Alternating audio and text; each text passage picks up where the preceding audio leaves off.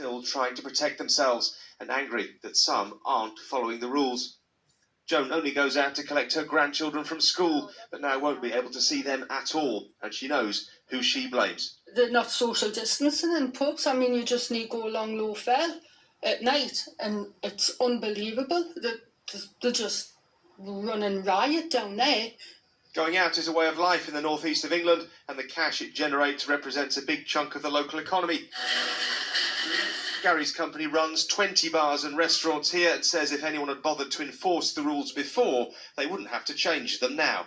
Since we've reopened, I've had 0 visits from anybody to police what we've done as a business to protect people from the virus. And if people have been flouting them rules, which has caused the spike, well, they should be penalised accordingly. Among the new regulations, people in the region being urged not to use public transport unless absolutely necessary or attend any sporting event as a spectator.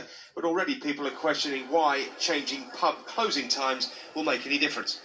Well, everyone who's stuck to it for so long's had enough of it now, and then there's the people who've just carried on as normal, and they're going to carry on as normal, aren't they? So 2 million people's lives will be affected. It's the first time local authorities have grouped together to ask for tighter restrictions. The test will be whether they have any effect on people's behaviour or the spread of the virus. Damon Green, News at 10, Newcastle. While the people of North East England wait for their lockdown to start, 250,000 in the South Wales borough of Rhondda Cynon Taf are 4 hours into theirs. People won't be able to leave the council area without a reasonable excuse. Indoor get-togethers are not allowed. People must work from home if they can, and bars and restaurants must close by 11 p.m, an hour later than restricted areas in England. The outbreak has been linked to a coach trip heading to Doncaster races. Not surprisingly, perhaps, after all that's been going on, the head of NHS Test and Trace, Baroness Harding, faced some pretty hostile questioning from MPs. She fought her corner and didn't wave the white flag of surrender, but when pressed on why testing wasn't keeping up with demand, she said she didn't think anybody was expecting it to be so high. It wasn't, she said, in any of the scientific modelling. She was also asked about missing the crucial 24-hour turnaround target for tests done at test centres. The school have refused to take him back unless he gets tested. I kept hitting brick walls.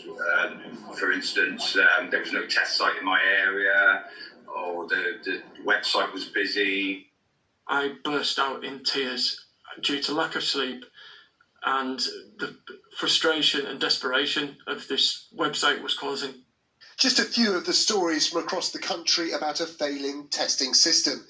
But just how many others are there? Even the person running Test and Trace doesn't know. You must make an estimate, I assume. Well, we make an estimate, but the number of people calling 119 and visiting the website would be 3 to 4 times the number of tests that we currently have available. Baroness Harding told MPs they hadn't seen the surge in demand coming.